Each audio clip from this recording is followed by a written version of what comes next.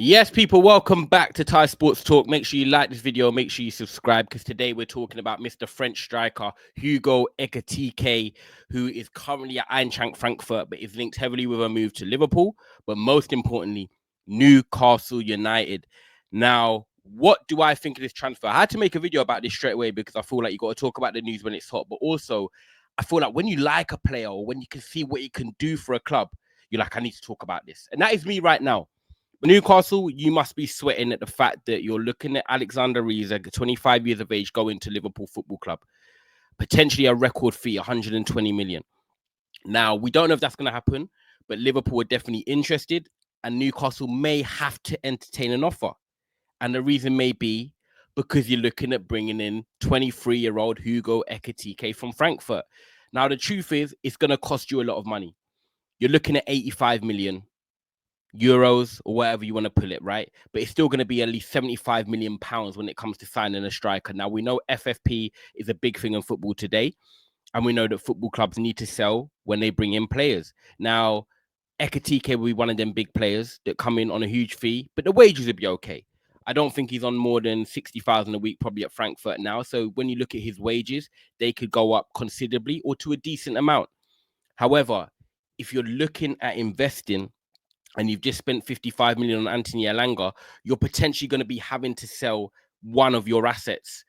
And the most attainable in terms of money, the person you can get clubs coming in for what you want, is probably Alexander Isak. Now, Newcastle fans probably don't want to hear that because you'd love to have a front two pairing, but it might be the only option you have if you want to bring in a striker. Now, this is why I wanted to talk about this Hugo Ekitike to Newcastle, because for me, there's a few variables with this. The first one for me is the transfer merry-go-round. Now, it looks like potentially Darwin Núñez to Napoli. Alexander Isak could go to Liverpool. Hugo Ekitike could come in to Newcastle.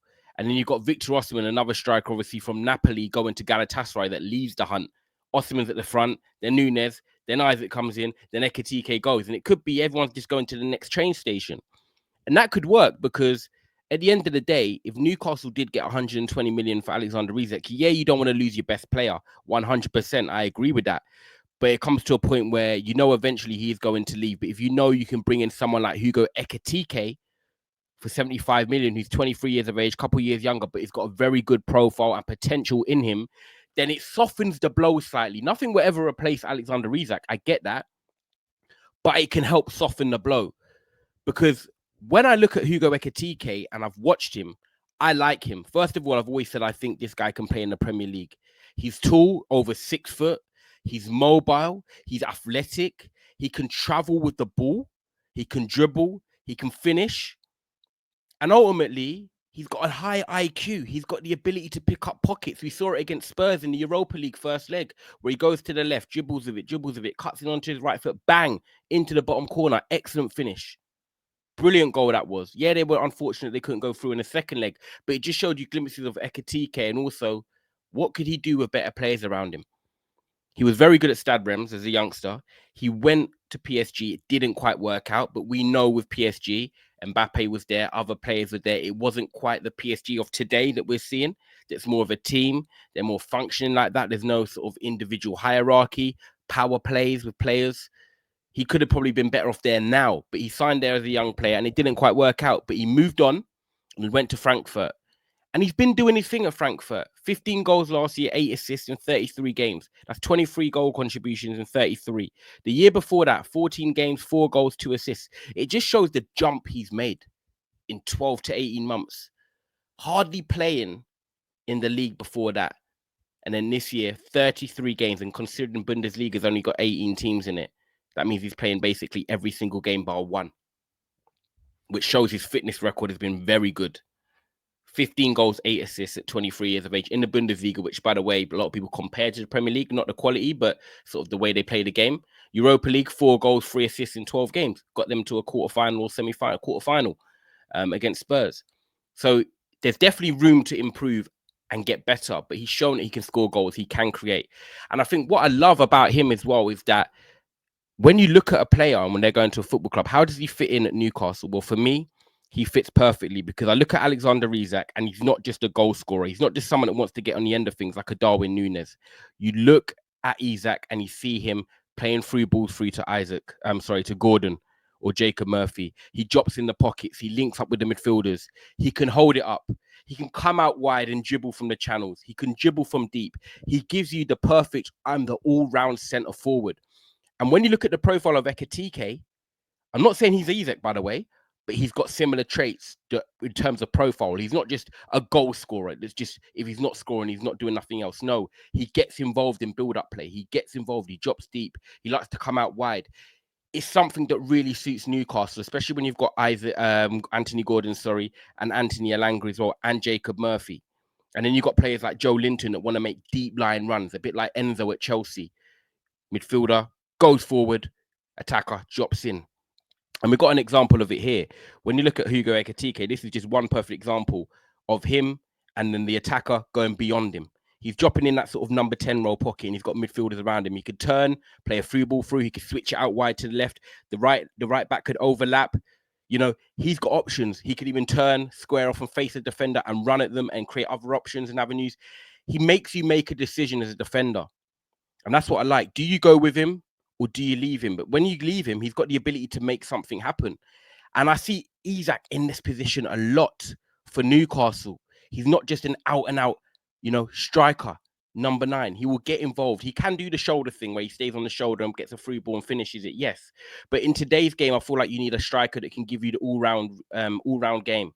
And the reason for that mainly is because Newcastle ultimately play with one striker, which was Isak. Frankfurt also play with one striker, so it shows that he can do it up top alone. Obviously, he had Omar Mamouche helping him last year, playing just off him, but then he had to capitalize and move forward and try and progress his game by playing as a lone striker. He's shown that he can do that. So he's got the pressures of playing as a lone striker. He's played in the Bundesliga. He's coming off a good season. He stays fit. And he's got the profile and traits that can really, really help Newcastle, especially when you've got players like Elanga and Gordon now bombing on down the wing. Because in transition, that is scary. That's disgusting. If you're playing away from home and you're Newcastle and you set up defensively and then you nick the ball back with Gomares, Tonali and whoever, and you break in transition, you've got Ekitike, Gordon and Elanga. That's scary. With Murphy off the bench, that's dangerous. And even let me throw it out there. What if Ekitike joined and Isak did not leave? You've got an old school front two. Let's talk about that for a second. I've grown up watching players playing a 4-4-2, 4-1-2-1-2. Them two as strikers could be absolutely terrifying. Pace, link up. It gives me York and Cole vibes from Manchester United in the late 90s. I'd love to see it. I'd love to see Isak not go to Liverpool and them to keep him at Newcastle and sign Ekitike. I wouldn't want him to bang when they play Man United, but watching them throughout the league for 38 games with Elanga, Gordon, Gomares, Tonali, Joe Linton, that's a ridiculous attack they've got there potentially. That front four is pacey, it's quick, all round. Because look, Gordon and Elanga complement each other. You've got Gordon, who's more the technical player, the more dribbler, and then you've got Elanga, who's just more like the speedboat, the outball. And sometimes you need different players to help each other. They complement each other as well. They'll get the best out of each other. This could be the perfect signing for Newcastle. I don't see another striker out there right now that could suit Newcastle better than Ekitike. Obviously, they've got it right now in Isak, but if he stays or goes, either way, as a number 2 to Isak or playing with him, or if Isak leaves and then they get Ekitike, perfect replacement. Spend the big money, 23 years of age, and it's a long-term investment. This player is only getting better. He's got the physicality and the toolness to suit the Premier League. He can dribble. He can score goals. I think this is a move that Newcastle must get done because they're in a win-win kind of situation right now. It's been reported that Liverpool will either get Isak, if not turn their attention to Ekitike. So if they get Isak, Newcastle have a free run at Ekitike. So either way, Newcastle fans, you can be happy because you're going to have a top striker at your club either way. Let's see what happens in this transfer window. But for me, this move here for Hugo Ekitike at Newcastle is very exciting. He's a player I like. He's got the profile, he's got the skills and the ability, and his potential is only going upwards. Guys, make sure you like this video. Make sure you subscribe if you haven't already. Please enjoy, and I will catch you on the other side.